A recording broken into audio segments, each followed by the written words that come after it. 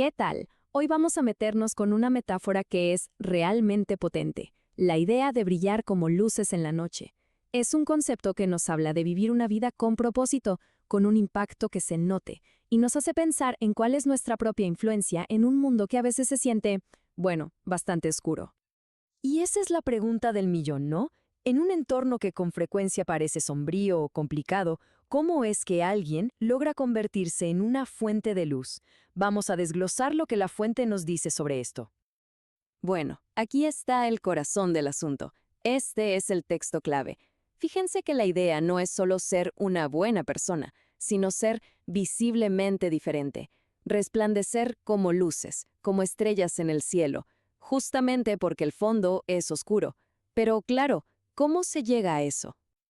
Ok, el primer punto es entender el motor interno que alimenta esa luz. Porque no se trata nada más de un comportamiento por fuera, sino de algo que nace de la fe, se expresa con acciones y, muy importante, con una actitud muy particular. A ver, esta frase de Filipenses 2:12 puede sonar un poco intimidante. ¿Temor y temblor? ¿Significa que hay que vivir con miedo de perder la salvación o que tenemos que ganárnosla a pulso? El texto nos da una aclaración que es crucial. Y aquí es donde la cosa se pone súper interesante.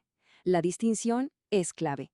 El texto base deja claro que la salvación es un regalo de Dios, un don que no merecemos.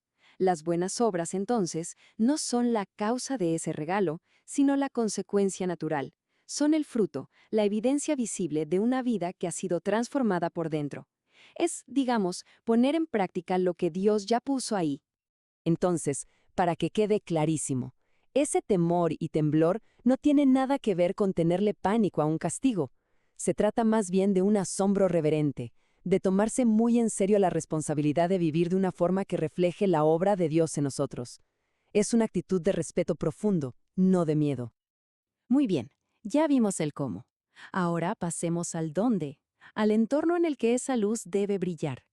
Y aquí el principio del contraste lo es todo para entender el impacto que se busca. Pensemos en esto por un momento.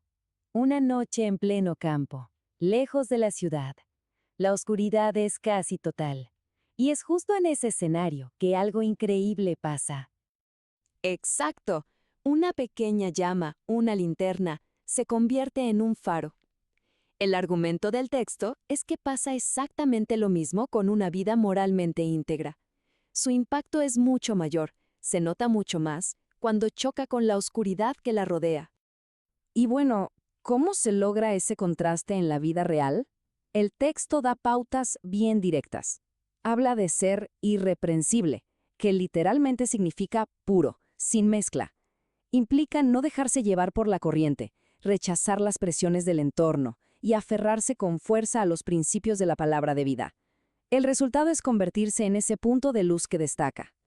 Y para que todo esto no se quede en pura teoría, el texto nos presenta 3 ejemplos de carne y hueso. 3 personas que, en la opinión del apóstol Pablo, vivieron estos principios de una forma ejemplar. El primer ejemplo es el propio autor, Pablo. Su vida es, en sí misma, un retrato del sacrificio, de entender la propia existencia como una ofrenda constante. Pablo usa una imagen fuertísima.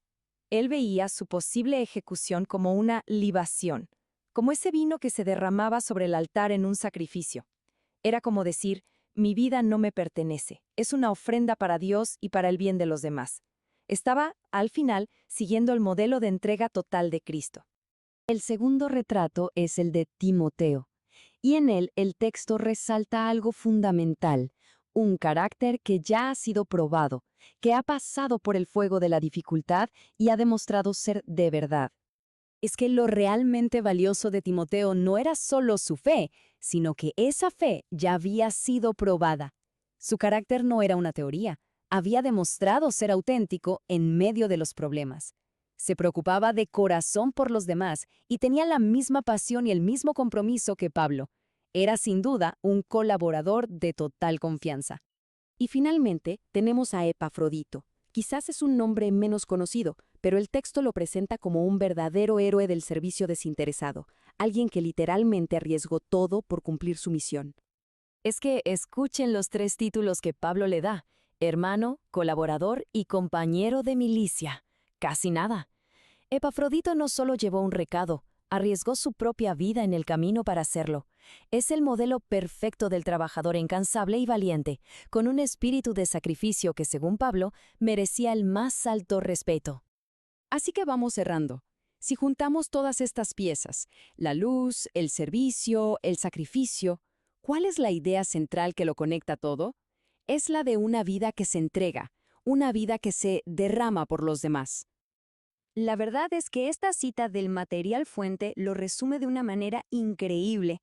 Nos dice que la verdadera medida de una vida con propósito no está en los logros que acumulamos, sino en qué tan profundo hemos encarnado ese espíritu de amor desinteresado. Y con esta idea nos quedamos. El texto de Pablo, en otra carta, en Romanos 12, nos invita a hacer sacrificios vivos. Después de todo lo que hemos visto, la pregunta queda ahí, flotando, para la reflexión personal. ¿Qué significa eso en el día a día? ¿Cómo se vive una vida que es en sí misma una ofrenda? La respuesta es para cada quien.